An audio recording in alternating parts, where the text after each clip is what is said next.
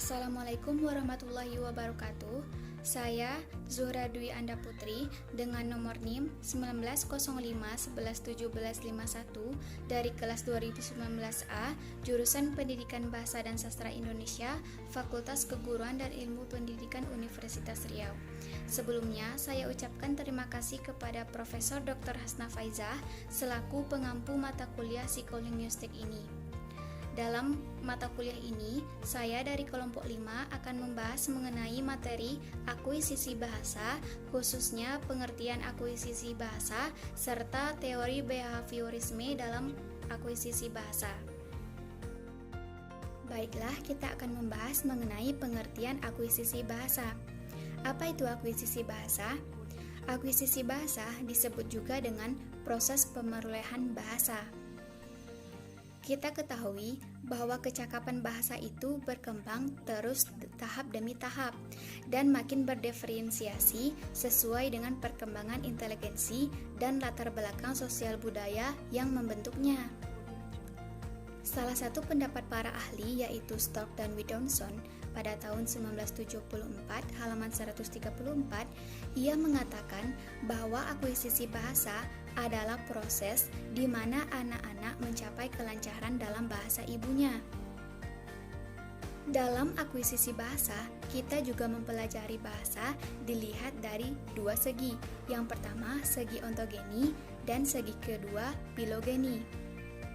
Bahasa dilihat dari segi ontogeni, yakni perkembangan bahasa pada setiap individu yang berbeda dari usaha mempelajari bahasa.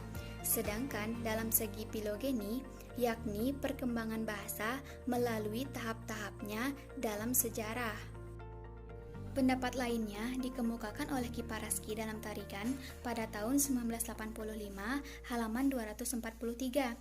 Ia mengatakan bahwa pemerolehan bahasa atau language acquisition adalah suatu proses yang dipergunakan oleh anak-anak untuk menyesuaikan serangkaian hipotesis yang mungkin bertambah rumit atau teori-teori yang masih terpendam atau tersembunyi yang mungkin sekali terjadi dengan ucapan orang tuanya, sampai dia memilih berdasarkan suatu ukuran atau takaran penilaian tata bahasa yang paling baik serta paling sederhana dari bahasa tersebut. Dalam akuisisi bahasa, kita dapat membicarakan dua perkembangan berbeda. Yang pertama, belajar bahasa pertama atau belajar bahasa ibu secara normal berkaitan dengan kematangan dan sosialisasi anak. Dan yang kedua adalah belajar bahasa kedua yang dikemukakan oleh Diebold pada tahun 1965 pada halaman 243. Hal ini akan dipelajari pada materi selanjutnya, yaitu proses pemerolehan bahasa. Pembahasan selanjutnya mengenai teori-teori akuisisi bahasa. Terdapat 3 teori akuisisi bahasa. Yang pertama, teori behavioristik atau mekanis, yang kedua, teori nativistik, dan yang ketiga, teori kognitif. Di sini saya hanya akan membahas mengenai teori behavioristik. Teori behavioristik berpendapat bahwa anak yang lahir tidak membawa kapasitas atau potensi bahasa. Lingkungannya lah yang akan membentuk perlahan-lahan, dikondisikan oleh lingkungan dan pengukuhan terhadap tingkah lakunya. Dari penjelasan tersebut, dapat diketahui bahwa pengalaman dan proses belajarlah yang akan membentuk akuisisi bahasanya. Hubungan teori akuisisi bahasa, yakni teori behavioris, mendasarkan proses akuisisi itu melalui perubahan tingkah laku yang teramati, di mana teori ini lebih memfokuskan pada peranan lingkungan, baik verbal maupun nonverbal.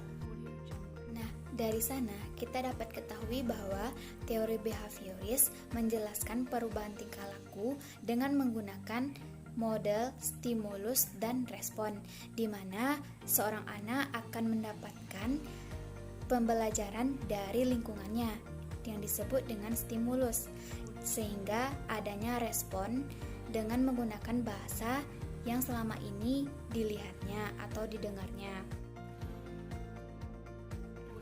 Sekian dari saya, materi selanjutnya akan dibahas oleh Sri Widiwati dan Raja Wiwin. Saya sudahi dengan wassalamualaikum warahmatullahi wabarakatuh.